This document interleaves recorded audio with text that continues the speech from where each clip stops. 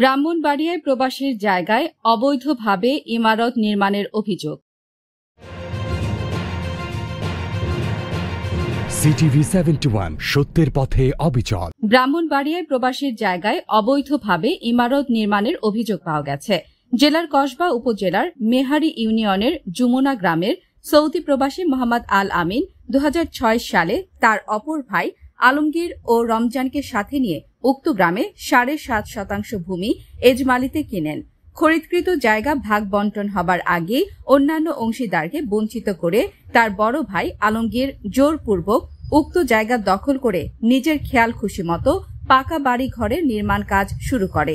আল আমিনের স্ত্রী লাকি আক্তার এতে বাধা প্রদান করলে আলমগীর ও তার লোকজন তাকে গালিগালাজ ও ভয়ভীতি প্রদর্শন করেন এবং হত্যার হুমকি দেয়। 2002 সাল থেকে প্রবাসী আর কি, তো ওই এখানে থাকতে ওই তাই যত রুজি করছে ধন সম্পদ সব তিন ভাইয়ের নামে যত দন করছে আর বাদ বাকি তেনে আত্মসাৎ করে লেছে আর কি।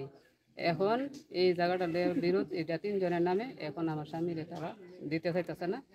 আর আমি যখন চাই তারা এটা বাধা দিতেছে। আমি চাই আমার স্বামীর জায়গা মানে তিনজনের জায়গা তিনজনেরই থাক। আমি থানার মধ্যে অভিযোগ করার পরেও কদিন বন্ধ রাখছে, এরপরে আবার নিজের মতো করে করতেই রয়েছে। আমরা কোনো মানতেছে না আর কি। আমি আইনত বিচার চাই, এটা আমি আমার জায়গা ফিরা চাই, আমার জায়গার সম্পদ তো সব কিছু আমি ফিরা চাই। আমি তিনটা বাচ্চা আছে, আমি অনেক কষ্ট করতেছি। এমতাবস্থায় উক্ত জায়গার নিজের মধ্যে ভাগ বন্টন না হওয়ায় নির্মাণ কাজ বন্ধ রাখার জন্য তিনি বিজ্ঞ আদালতে পিটিশন মোকদ্দমা দায়ের করেন। বিজ্ঞ আদালত উভয় পক্ষকেই বিরোধীয় জায়গায় শান্তি শৃঙ্খলা বজায় রাখার জন্য সতর্কীকরণ নোটিশ জারি করে। প্রবাসী আল আমিনের স্ত্রী লাকি আক্তার জানান, তা সত্ত্বেও আলমগীর ও তার লোকজন রাতের আধারে নির্মাণ কাজ চালিয়ে যাওয়া সহ তাকে গালিগালাজ ও হত্যাসহ নানাভাবে ভয়ভীতি প্রদর্শন করছে। এ ব্যাপারে মুঠোফোনে আলমগীরের সাথে যোগাযোগ করা হলে নতুন করে নির্মাণ কাজ চালু রাখার কথা অস্বীকার করেন। এ বিষয়ে কসবা থানার ভারপ্রাপ্ত কর্মকর্তা রাজু আহমেদ জানান, বিষয়টি সম্পর্কে আমি অবগত নই, এই বিষয়ে খোঁজ খবর নেওয়া হচ্ছে।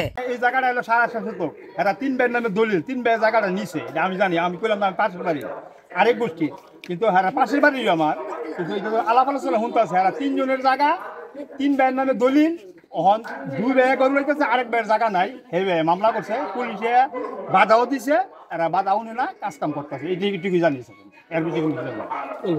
এই জায়গাটা হচ্ছে 7.5 এখন এই 7.5 মধ্যে তারা 3 জনের সাবকলা দলিল।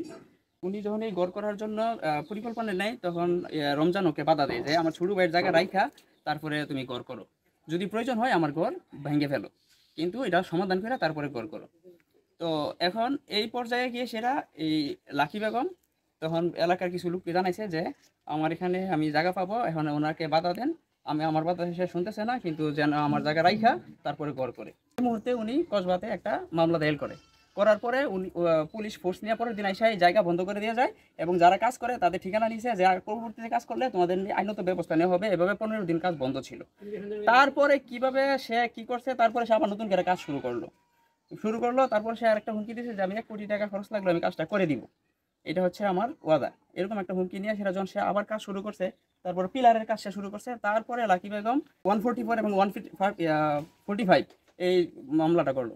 তমা চৌধুরী, সিটিভি 71, ব্রাহ্মণবাড়িয়া।